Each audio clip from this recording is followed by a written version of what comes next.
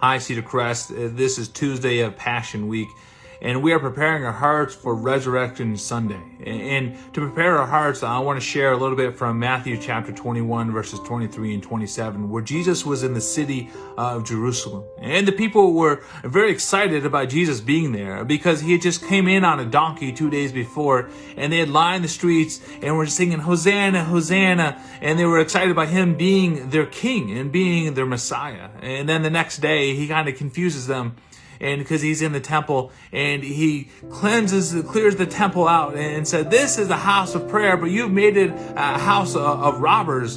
And then he begins to teach. And so the religious leaders were wondering by whose authority was he doing these things. And so they came and questioned Jesus, and they wanted to know. And so Jesus said, I will answer you by whose authority I'm doing these things, but you must first answer a question for me. By whose authority was John the Baptist doing his baptisms?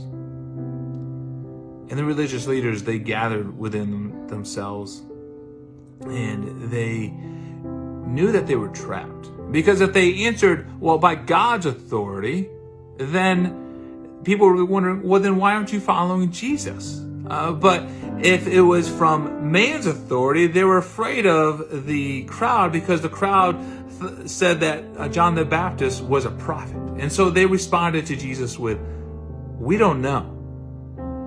Mainly because they did not want to submit to Jesus' authority.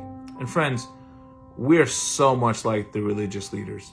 When Christ does something in our lives that we don't understand, we want to know why, and that's a good question to know why. But in subtle ways, and sometimes in not so subtle ways, we tell Jesus, you don't have the authority to do this in my life. You need to get my authority before you begin to do anything. But friends, he doesn't need our authority. We are not king. We are not God. He is. But here's the striking thing is that Jesus never pushes or forces his authority on us. Instead, he invites us to submit to his authority. And when we submit to his authority, we begin a relationship with him. And it doesn't just begin as we submit more and more of our lives to him. It grows deeper and deeper and deeper with Christ. So a question we should all be answering is, where do you not want Christ to have authority in your life, and why? Is it because of the opinions of others like the religious leaders, or is it pride and unbelief? Or we so struggle with the unbelief that Jesus is really who he says he is? So as you prepare your heart for Easter Sunday morning celebration, I hope some of the celebration will be because of a personal surrender of Jesus Christ in your life.